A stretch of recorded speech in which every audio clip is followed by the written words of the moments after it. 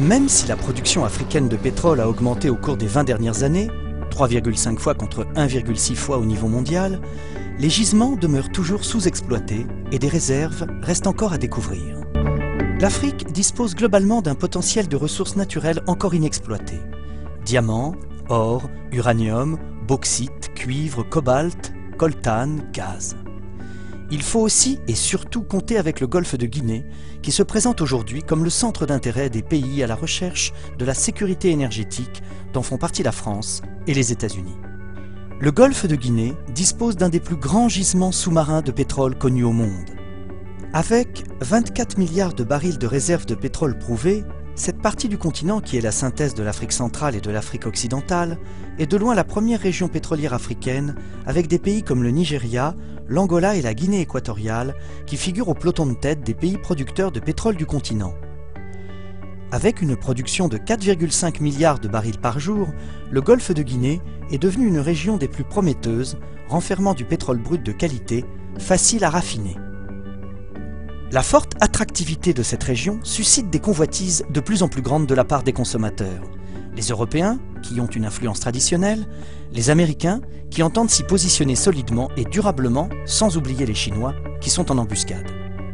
Ces gisements offshore, présentant alors l'avantage d'être protégés des conflits armés de la région, garantissent une production relativement constante et sûre des exportations plus faciles vers l'Europe et les États-Unis. Le golfe de Guinée émerge donc aujourd'hui comme un nouveau centre de gravité énergétique et devient désormais le théâtre d'influences mutuelles entre la France et les États-Unis. L'enjeu du continent africain pour les États-Unis, c'est pas simplement le pétrole. Ça serait le pétrole. Les États-Unis en Afrique pour le pétrole, franchement, moi je vais vous donner l'exemple de Doba. Eux, effectivement, ils ont une carte de l'Afrique, c'est vraiment les oléoducs. Quand c'est le pétrole, eux, ils exploitent le pétrole du golfe de Guinée. Ils veulent augmenter leurs importations du continent africain de 15 à 25% pour être moins dépendants du golfe Persique. Donc ils veulent le golfe de Guinée. Ils s'intéressent au pétrole en Côte d'Ivoire comme ailleurs. Mais vous savez, ils n'ont pas de lien affectif sur le plan avec l'Afrique, en dehors de Roots et Racine et autres des Américains d'origine africaine. Mais regardez ce qu'ils font au sud du Tchad. Vous avez une base qui s'appelle la base de Doba, qui est exploitée avec un dégisement comme Exxon. On n'en entend jamais parler. Ils sont là entre eux. Quand vous prenez l'avion de Paris pour N'Djamena, vous avez des gros Texans dans l'avion avec leur chapeau, avec leur cuisinier philippin. Ils arrivent à N'Djamena, ils prennent leur truc, on les amène ensuite à Doba.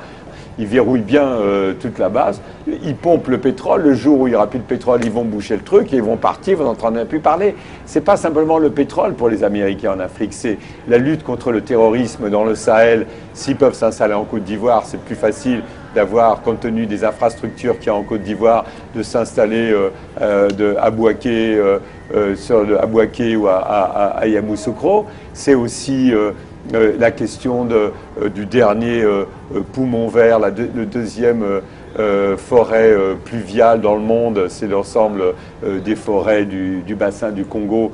Une fois tout le monde aura rasé l'Amazonie. Et pour eux, c'est une question que maintenant, ils considèrent que la France, il n'y a plus de précaré français puisque c'est plus gendarme de l'Afrique. Et eux, ils préparent la rivalité avec, pas les Européens, mais la rivalité avec la Chine.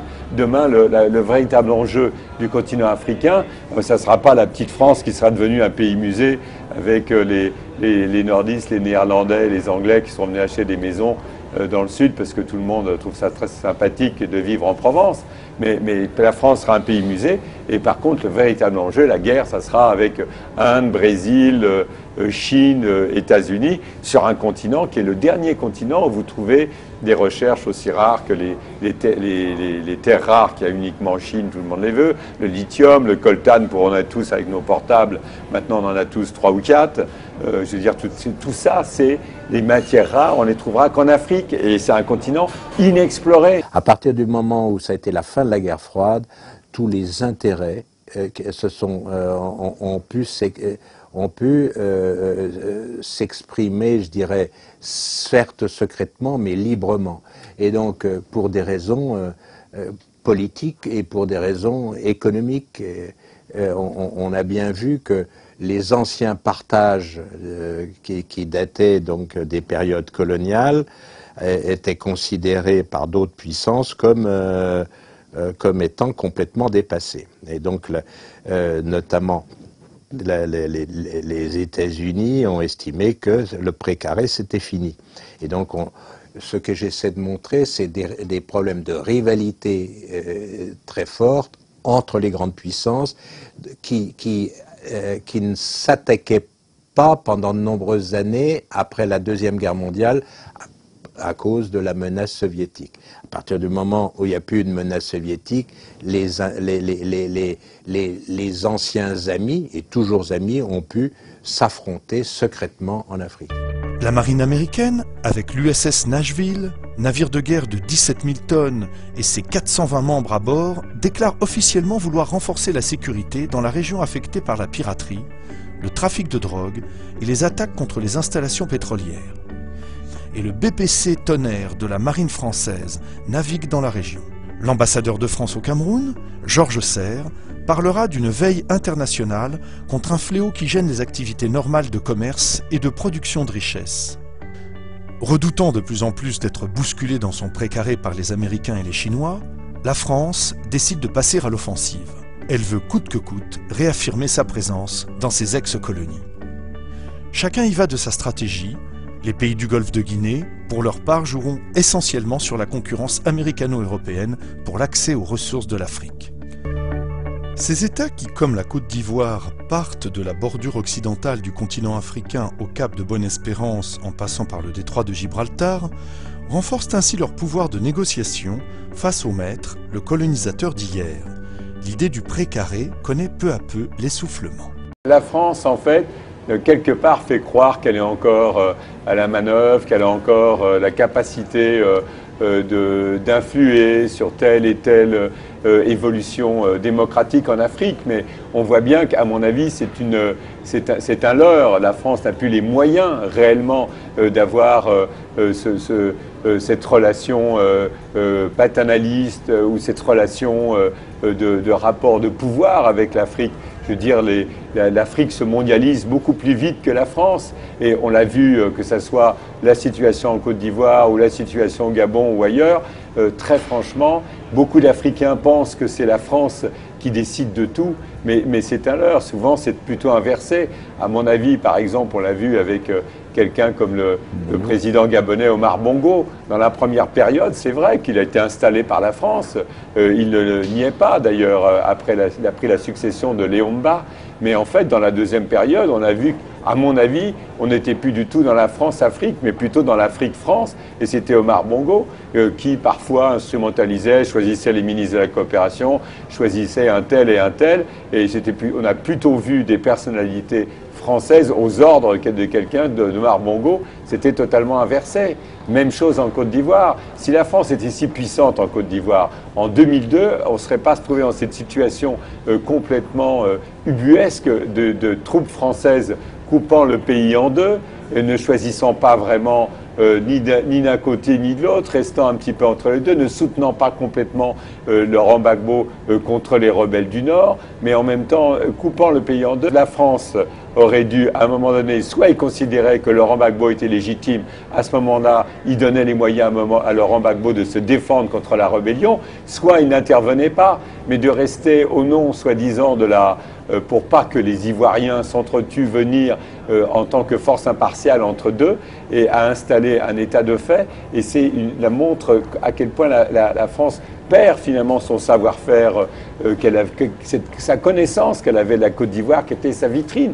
Et on l'a vu au moment du coup d'État de 1999, quand le coup d'État contre Henri Konan-Bédier, mais on l'a vu à plusieurs reprises comment la France se trouve entre deux et ne veut pas vraiment choisir, mais c'est aussi très souvent des bisbilles ou des problèmes franco-français entre l'Élysée, le Quai d'Orsay ou un certain nombre de réseaux. Et en fait, il n'y a pas, après une période qu'on peut, on peut critiquer au niveau du fait, parce que la période de Jacques Foccart, on peut la critiquer dans le sens où finalement c'était quand même la priorité au patriotisme français et quelque part, comme c'était la guerre froide, un peu une négation de ce qu'était réellement l'Afrique. Mais en même temps, dans la période qui a suivi maintenant, on voit bien que c'est un peu cafouilleux, chaotique. On ne voit pas de vision. On n'a pas vu une France qui allait au-devant des nouvelles générations d'Africains, qui est restée un petit peu comme ça, comme un gros bateau, en même temps un petit peu dans une France-Afrique de réseau, sans définir une véritable nouvelle politique et qui n'a pas su gérer ses relations avec des nouvelles personnalités comme Laurent Gbagbo en Côte d'Ivoire, mais ça s'est vu aussi dans un certain nombre de pays, n'a pas su et rester en même temps scotché à un certain nombre de dirigeants africains de l'ancienne période qu'elle avait cooptée dans la première période et n'a pas su non plus laisser parfois la démocratie se faire en se retirant complètement, en laissant croire qu'elle avait encore à la manœuvre. Alors, les politiques et les médias font comme si nous étions encore un grand acteur en Afrique.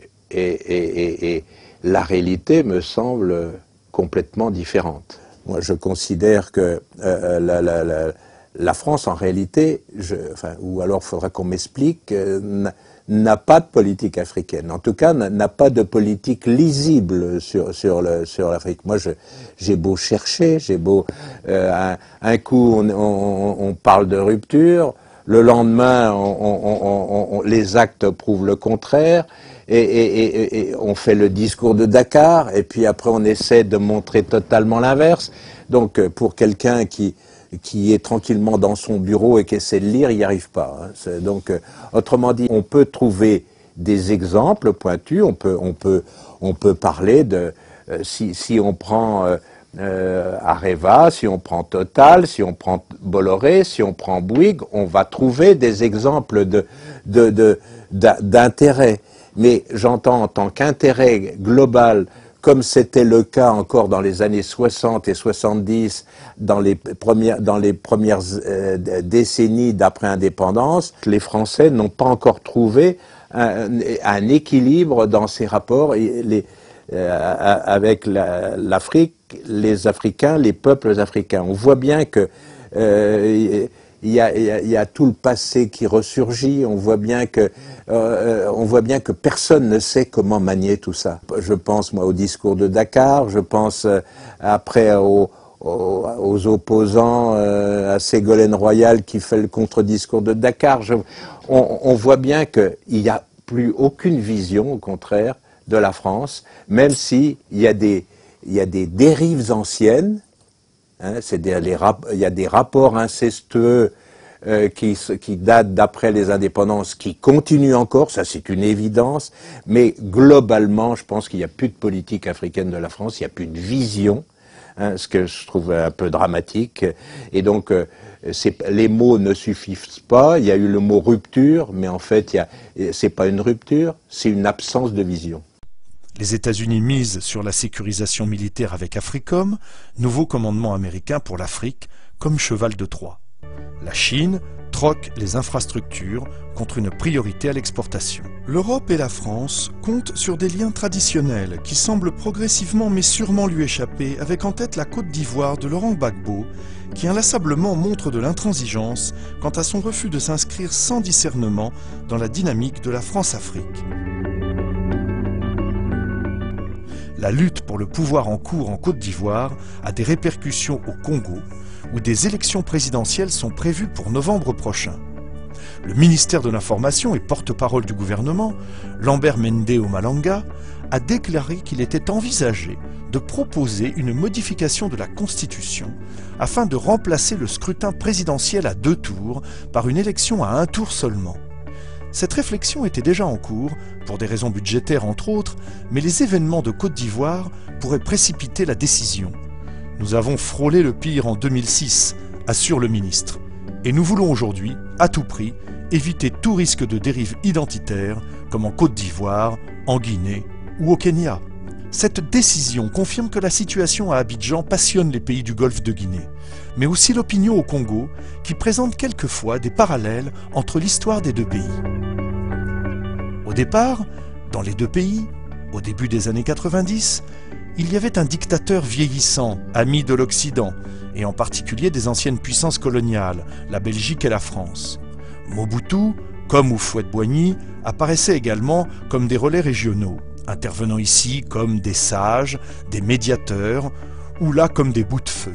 L'Angola, qui est en passe de jouer un rôle de leader en Afrique, ne soutient pas l'idée d'une intervention militaire contre Laurent Gbagbo, et n'a pas oublié comment les armes destinées à Savimbi transitaient par le Zaïre de l'époque, tandis que le leader de l'UNITA était le bienvenu à Abidjan.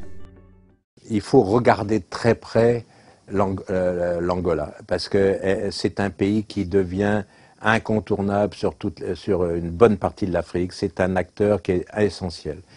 Et je me risque un petit peu à un pronostic. Tout ce qui s'est passé depuis 90 sur l'Afrique centrale, l'Afrique des Grands Lacs, le Zaïre, une partie de ce qui s'est passé, c'est la redéfinition des influences, le changement. Il y avait un grand gendarme pour le compte de l'Occident et surtout des Américains qui était Mobutu. Les Américains ont lâché Mobutu et ils ont essayé de lui substituer d'abord deux personnages qui étaient donc Museveni, Yoweri Museveni, patron de l'Ouganda, et Paul Kagame, patron du Rwanda. Au fil du temps, Paul Kagame s'est imposé comme le principal personnage. C'est tellement vrai que c'est avec des soldats rwandais que l'ONU a estimé qu'elle pouvait, enfin que c'était ces seuls soldats-là qui pouvaient intervenir dans l'est du Soudan, au Darfour. Donc donc il était devenu le personnage incontournable, avec une fonction évidente, c'est ramener la paix dans la région, hein, ramener la paix, ramener. Bon, on s'aperçoit après 16 ans que la paix n'est pas revenue, surtout dans le Grand Congo, parce que ce qui préoccupe évidemment énormément, c'est ce qui va se passer, parce que selon que la RDC est calme ou pas calme, ça a quand même beaucoup d'influence sur toute la région. Et donc, on voit bien que Kagame n'est plus le personnage si merveilleux, si chevalier blanc, etc., qu'il a été longtemps. Surtout, on a vu ce qui s'était passé lors des élections. Donc lui qui était le monsieur idéal pose quand même maintenant des problèmes aux Américains. Et j'ai le sentiment qu'il y a eu un déplacement, parce qu'il y a quand même des élections prochaines au Congo, et donc ce qui va se passer est quand même très important, et donc la stabilité du Congo est essentielle, et donc on voit bien que plus on va et plus le rôle de Luanda est essentiel.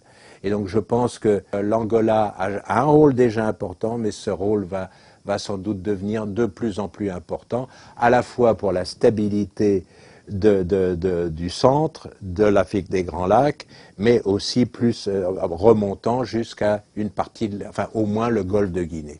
Et donc je pense qu'il devient de plus en plus le personnage clé, enfin le Dos Santos le personnage clé, et l'Angola le pays clé de toute la région.